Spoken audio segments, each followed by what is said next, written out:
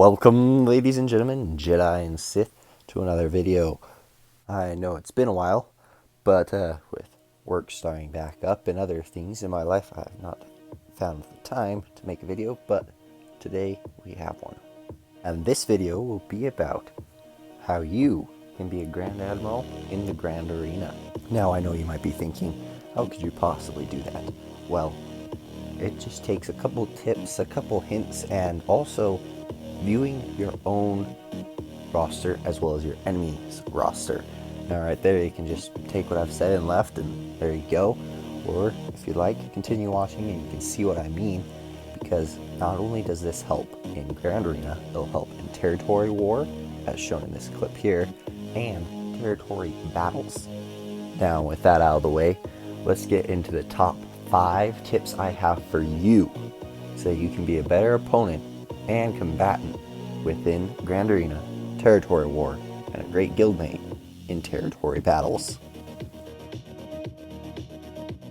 Now, tip number 1 is, in my opinion, the best tip I can give you if you're just wanting a quick tip to give you a little bit of an edge in Grand Arena. This would be the one.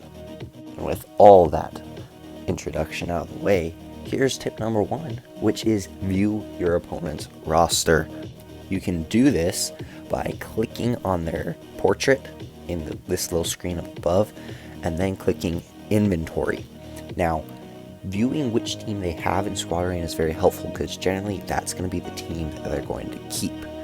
But from there, you can click on the inventory and you can go through and say, oh look, they got Ewoks, they got a Boba Fett team, a Jango Fett team, they got Bounty Hunters, they got Empire, yada yada yada, they got Padme, they got Night Sisters, they got General Grievous.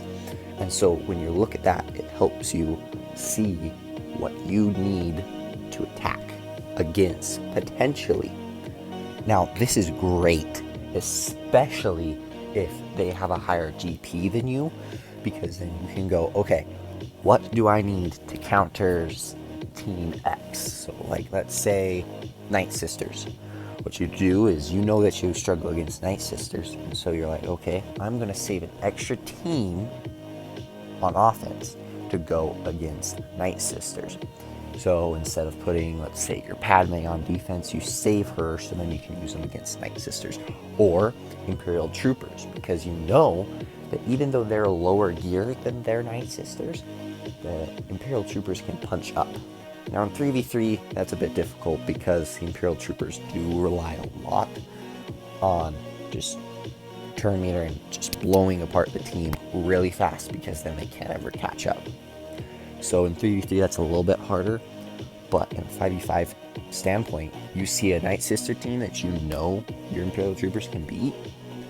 That's something that your enemy's probably not going to take into consideration, because they're just going to look and say, okay, he's got Darth Revan, he's got the Empire, but none of those are going to be able to really beat my Night Sisters, especially if I place Jedi Knight Revan on defense. Now with tip number 1 out of the way, that will help you get out of being frozen in Carbonite. However, if you'd rather be a Kyber combatant than a Rhodium adversary, I would ask you to keep watching, or even suggest, because these next couple of tips will help make it so that you can get to that higher level Kyber.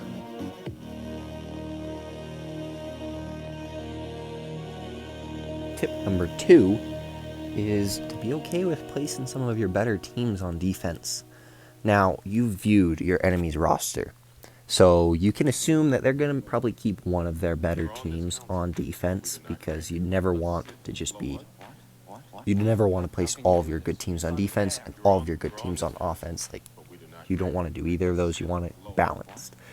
And so if you make sure that when you place your teams on defense, you leave maybe one of your better teams, obviously as you get higher and higher in the tiers, you can place more and more better teams on defense.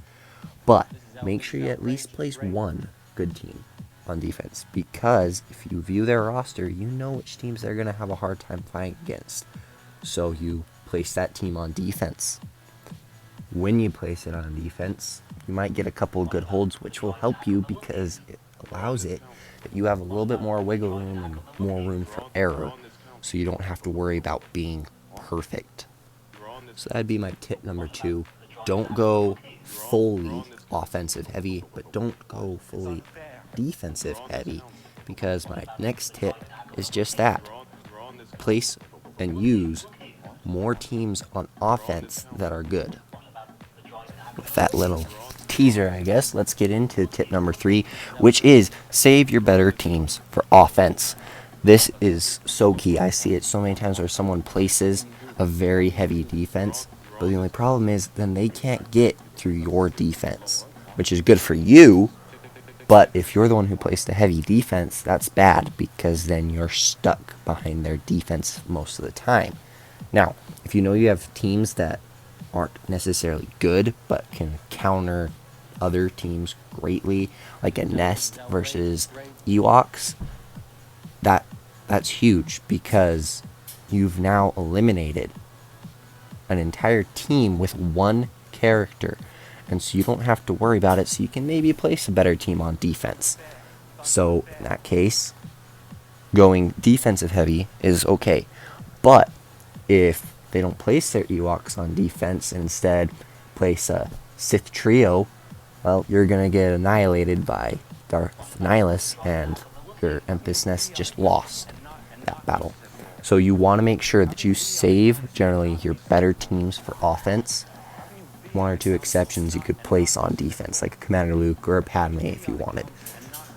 Now, what that means is you have to know which teams you're going to use and which ones you are more familiar with, because obviously you don't want to take in a team that you really are not familiar with using, especially if you're going up against a team that is heavily RNG reliant, like a clones with Shock T against Jedi Knight Revan, because if he marks 5s or Shock T, most of the time you'll lose unless your 5s is a high relic level, or even low actually. Like mine's at a relic 4 and has increased my win rate against Revans, especially if they mark Shock T. Tip number 4 is know which teams you can use to solo. I've kind of already hinted it with Empress Nest, because she's a great solo person because of her high health recovery, her bonus protection whenever she's attacked, her counters. It makes it hard for Ewoks to defeat Empress Nest. Now, the Gerbil, another YouTuber who has great Ewoks, I'd suggest watching his videos. I'll leave a link down in the description or in the comment. He and his Ewoks are crazy, and I don't know if I'd ever take an Empress Nest up against that. Even a Relic 7 Nest, I think, would probably struggle against his Ewoks, though I think he generally saves his Ewoks for offense, so you wouldn't have to worry too much. But it is fair to know that your Empress Nest can beat bad teams that you don't really want to take a full team against, because guess what? You get more banners for underdogging the match.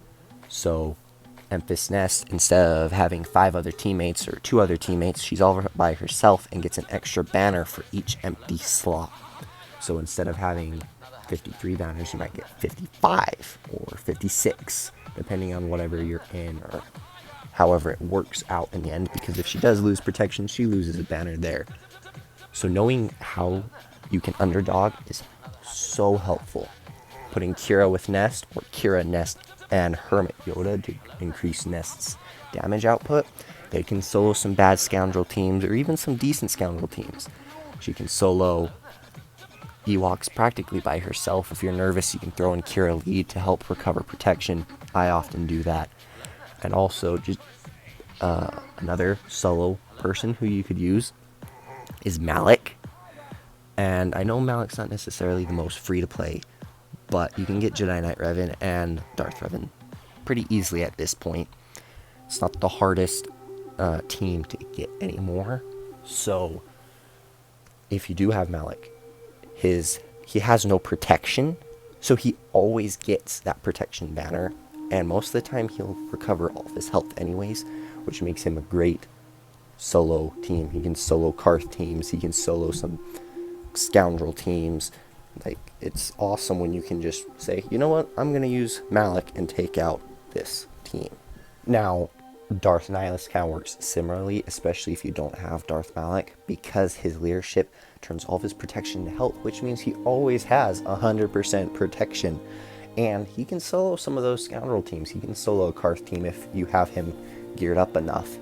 So, knowing that Nihilus can solo teams, knowing Malik, knowing Nest, knowing that Wampa can take out that Phoenix Squadron or bad Commander Luke team, yeah, that's helpful and will get you a lot extra banners.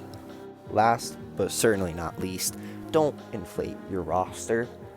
I did that at the very beginning of my Grand Arena experience, and that was rough. It was really hard having characters who were not good enough because I just geared them up. Instead of focusing on them, because then that left me with characters that I could never really use in Grand Arena, where my opponents had plenty of others. But slowly I've been able to get over that curve, and so I suggest making sure you're not inflating your own roster. Now, what that might look in the end game is going after Galactic Legends.